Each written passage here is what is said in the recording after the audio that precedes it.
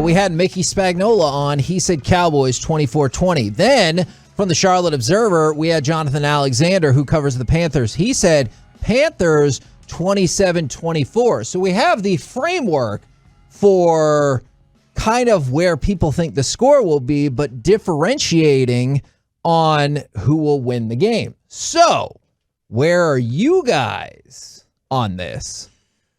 I hate doing this because, once again, I feel overconfident, and I am going to pick 31-20 Dallas. And it makes you feel nervous. That I feel what makes me feel like I go, I'm feeling overconfident about this team, and hopefully they keep me at this situation here where I thought the first two games were going to be very difficult games. I thought they'd lose them both. They didn't. They won one of those games and almost won the other. And then very convincing win on Monday night. I get it. We're on a little bit of a short week. You're playing an opponent that you don't know much about. Right? I mean, you're playing a new coach, a new quarterback. So it's not like if you were playing the Giants this week, you'd be like, hey, we play the Giants all the time. We know what Jason Garrett's going to do. Like, this is very simple. He didn't go from Dallas to New York and go, I need to change things up in my life. He said, I need to keep everything the same. Going 8-8 is an awesome way to go about life. So I worry about this game, but yet when it comes to picking the score, for some reason, I feel like we're going to move the ball easily. We're going to score the ball pretty easily. And we're going to get a turnover or two. Ooh. So I'm going to go with 31-20, and the Dallas Cowboys are going to play very similar to how they've played all year. And we're not playing Tom Brady. We're not playing all those wide receivers. So I just feel like we can hold this team to 24 or less. And if we hold the Carolina Panthers to 24 or less, we're going to win this game. Yeah, he said get a turnover or two. And I love that because, Kevin, I feel like it's going to be Micah Parsons was practicing more at the linebacker spot this week. I think he's going to punch one out, okay? I think Javon Curse is going to punch one out. That's 2 fumbles, and I think Jaron Curse.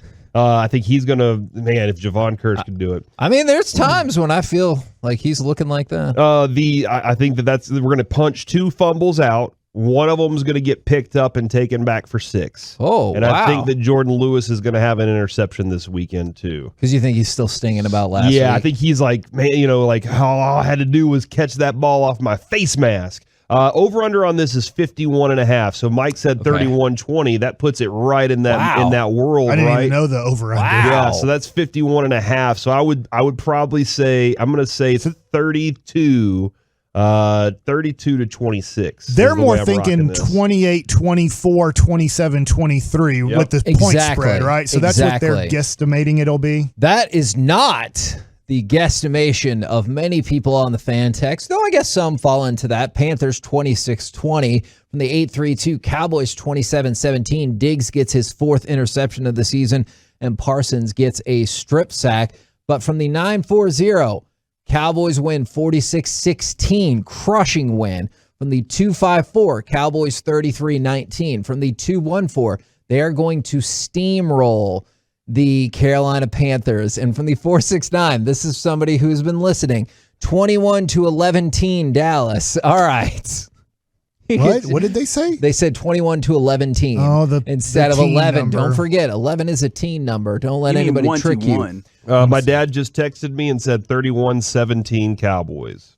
Which is interesting because that's a big gap right there, but that would be under the over-under spread, and I think that's kind of where I'm falling. Like that. You're falling under? I think no. I mean, in terms of the scoring differential, like when Mike was like putting it at that 31-20, that's kind of what I think is like. I felt the same way going into Philly's game. Is you win this game by 10 points or so.